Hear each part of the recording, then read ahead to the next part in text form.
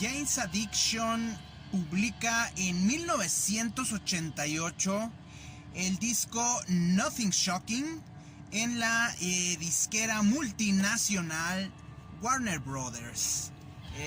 Para ser una banda con bastantes tablas subterráneas u underground, publicar un disco con la Warner Bros. Definitivamente es todo un evento para el underground de la ciudad de Los Ángeles, en California.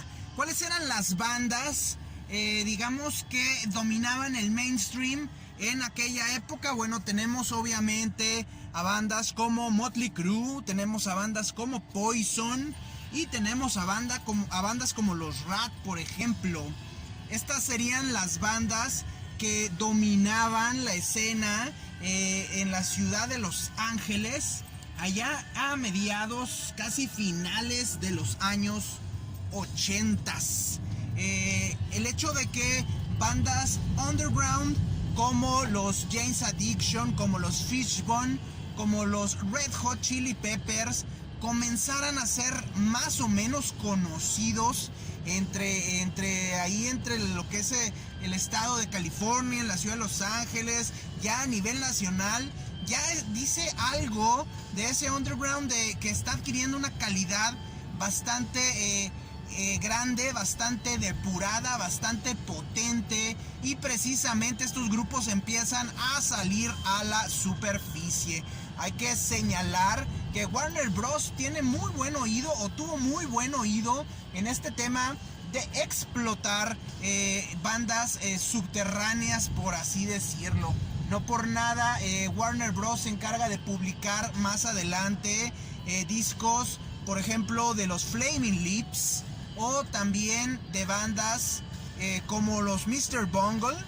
Precisamente son bandas no muy comerciales, no muy comunes, no muy normales, por así decirlo, y que traían una propuesta de rock totalmente diferente a sus contemporáneos. Si hablamos, por ejemplo, de Motley Crue, de Poison, de Rat, pues obviamente sus raíces estaban muy en bandas conocidas de los Estados Unidos como Aerosmith, Kiss o Cheap Trick. Rat quizá con un poquito de influencia mayor de los Judas Priest, y Motley Crue con un poquito de más influencia, por ejemplo, de las Runaways. A mí Motley Crue siempre se me hizo la versión masculina de las Runaways. Y bueno, creo que Motley Crue tuvo éxito por un tema de sexismo.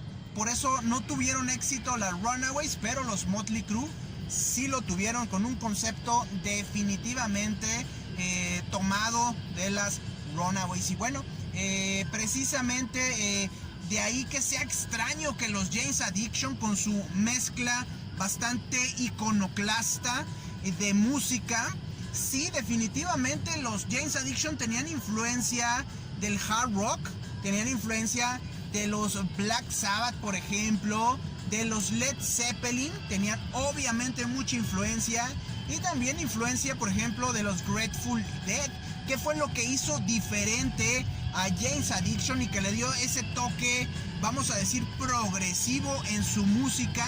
Pues obviamente la influencia de la música gótica, del rock gótico, de bandas como The Cure, de bandas como Joy Division, de bandas como Bauhaus o los legendarios Siouxsie and the Banshees.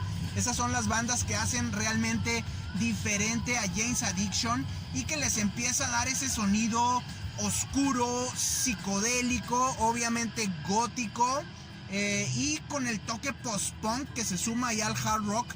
Pienso yo que es de las primeras veces que sucede esto. Obviamente el post-punk y el hard rock se mezclarían en bandas más adelante, como en el caso de los Soundgarden, por ejemplo.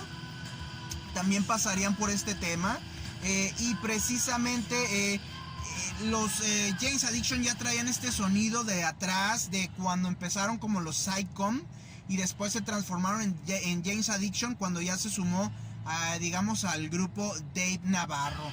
Definitivamente Nothing Shocking es la revolución adelantada, aunque ya lo he señalado varias veces. La verdadera revolución del rock o del hard rock de los 80s fue el Appetite for Destruction de Guns N' Roses en 1987, aunque hay raíces en 1986 en el Master of Puppets de Metallica, que aunque no es un disco de hard rock, los Guns N' Roses ya le habían puesto atención a estos discos, a la producción de Fleming Rasmussen. Precisamente Axl Rose quiere o le pide a Mike Link, a su productor, que les dé ese sonido que tenían Metallica alrededor de Ride the Lightning, y pienso que eso es lo que hace diferente al Appetite for Destruction cuando surge, que tiene más filo, que es más abrasivo, que es más peligroso y subversivo que los discos de hard rock de la época, por así decirlo. Entonces Mike Link es quien les da ese sonido, y en 1988, cuando Jane's Addiction va a empezar a grabar, cuando firman con... se forman en el 85 y para el 88 ya van a grabar su disco, Warner Bros. Les propone grabar con Mike Link, a lo cual se opone rotundamente el señor Perry Farrell, líder del grupo, y Perry dice, Guns N' Roses son nuestros enemigos, son opuestos a nosotros, y considera incongruente utilizar a Mike Link para su producción, aunque Mike Link sería el productor que quería originalmente Metallica, allá precisamente por el 88, para grabar su disco And Justice for All, pero finalmente ya en los 90s es el productor que utiliza Dave Mustaine para grabar el Rust in Peace de los Megadeth. Finalmente Farrell se decide por el señor Dave Yerden, que era un completo desconocido, no era un hot producer o un productor de moda en el 88, y la única referencia, digamos, conocida de Dave Yerden como productor no la había, pero sí como ingeniero de sonido. Dave Yerden había participado en el disco My Life in the Bush with Ghost, allá por principios de los 80s. Es un disco en el que funge como ingeniero para el disco, que es una colaboración de Brian Eno, ex Roxy Music y ya solista por cierto tiempo, solista de vanguardia, solista de experimentación, y es una colaboración con David Byrne, el líder de los Talking Heads. Entonces Farrell considera este disco como una maravilla, le encanta, es de sus favoritas. Cabe mencionar que este disco es el favorito también del escritor Karl Ove Knausgaard, que escribió la larga serie de autobiografía, ficción, Mi Lucha. Todavía le puso Mi Lucha, como el libro aquel que escribió Hitler en prisión. Entonces Farrell dice, me gusta el trabajo de Dave Yerden, lo quiero como productor, y la verdad es que es un gran acierto. Dave Yerden crea su carrera a partir de esto, porque no era muy conocido, se vuelve conocido, graba también o produce también el disco Ritual de lo Habitual, el siguiente disco de los Jane's Addiction, y de ahí Dave Yerden empezaría a producir bastantes grupos alternativos, por así decirlo, e incluso de heavy metal moderno, de heavy metal propositivo, como lo es Anthrax, que lo contratan para The Sound of White Noise con John Bush, y precisamente en la banda de heavy metal Armored Saint, cuyo cantante era John Bush, también había trabajado ya con Dave Yerden tratando de darle un sonido moderno a su música. John Bush había sido el vocalista que quería Metallica para su banda, allá en la época todavía de el Kill 'Em All. John Bush dijo, no, yo me quedo con Armored Saint, vamos a grabar con Dave Yerden, la vamos a hacer en grande. La verdad es que no pasa, y John Bush termina tocando con Anthrax en un disco producido por Dave Yerden. Buenos discos que grabó John Bush con Anthrax, aunque tenían un sonido ya muy diferente al clásico Anthrax del Among the Living, por ejemplo. Sucede el Nothing Shocking, y resulta que Jane's Addiction sale a la superficie.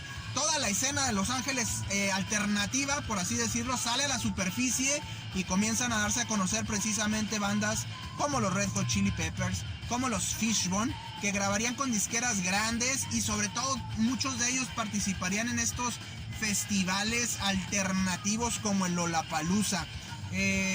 Ya para cuando la banda graba El Ritual de lo Habitual, Jane's Addiction prácticamente son los reyes o los campeones sin corona de la música llamada alternativa. Así la bautizan, por así decirlo, aunque alternativo ya era un término que se utilizaba sobre todo en los colegios, en la radio de los colegios, para describir a bandas como los Smiths, como The Cure, como por ejemplo pudiéramos mencionar también a R.E.M. e incluso a bandas como los Husker Du o Black Flag. Así que ya los Jane's Addiction se convierten posiblemente en la primer banda underground en realmente volverse una banda exitosa. Como les digo, esto le da un poder tremendo a Perry Farrell y copia el concepto de The Gathering of the Tribes que había generado Ian Astbury de la banda inglesa The Cult, una banda que fue influencia precisamente de los Jane's Addiction. Les copia prácticamente el concepto Perry Farrell y así forma su Lollapalooza con todas estas bandas alternativas de varios géneros que se empiezan a mezclar ahí, que era la visión que tenía Perry Farrell, una mezcolanza muy al estilo de California, una mezcla de razas, de géneros, de gente, de ideas, de sonidos. Básicamente ese es el concepto que tenía Perry Farrell, que lo toma de The Gathering of the Tribes, hay que señalarlo. Pero bueno, quien lo hace famoso es precisamente Farrell. Y después del Ritual de lo Habitual empiezan problemas internos de la banda. Farrell se considera líder, se considera principal escritor y dice: yo quiero todas las regalías.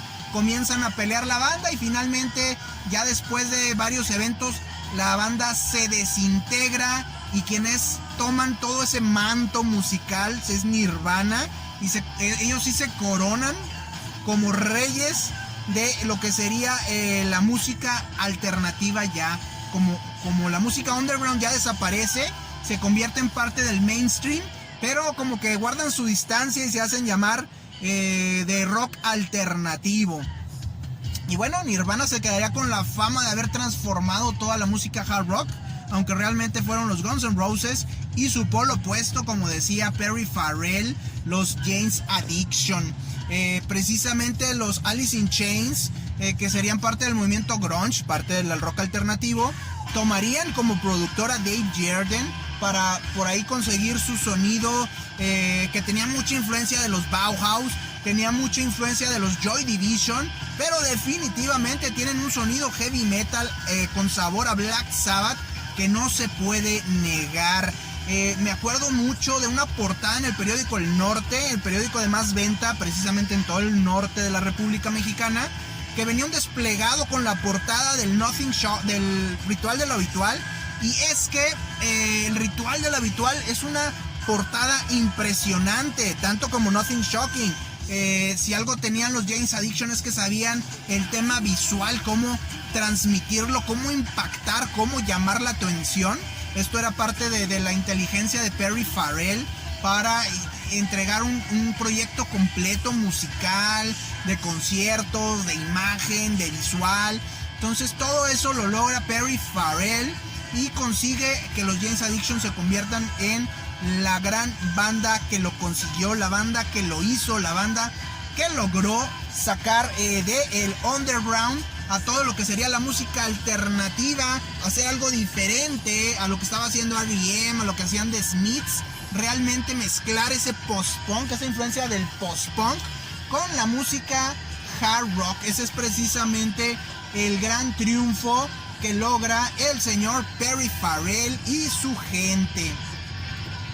Ese sería el gran triunfo de los Jane's Addiction y sería la manera en cómo transformarían la música. Regresarían más tarde los Jane's Addiction en el 2000, en el 2011, pero ya sin el éxito y sin la trascendencia de esos primeros años. Me quedo con el Nothing Shocking como el gran disco que cambió la historia, aunque pocos se dieron cuenta todavía, pero la banda asomó, aunque sea la nariz, al mainstream y cambió la historia para siempre de la música.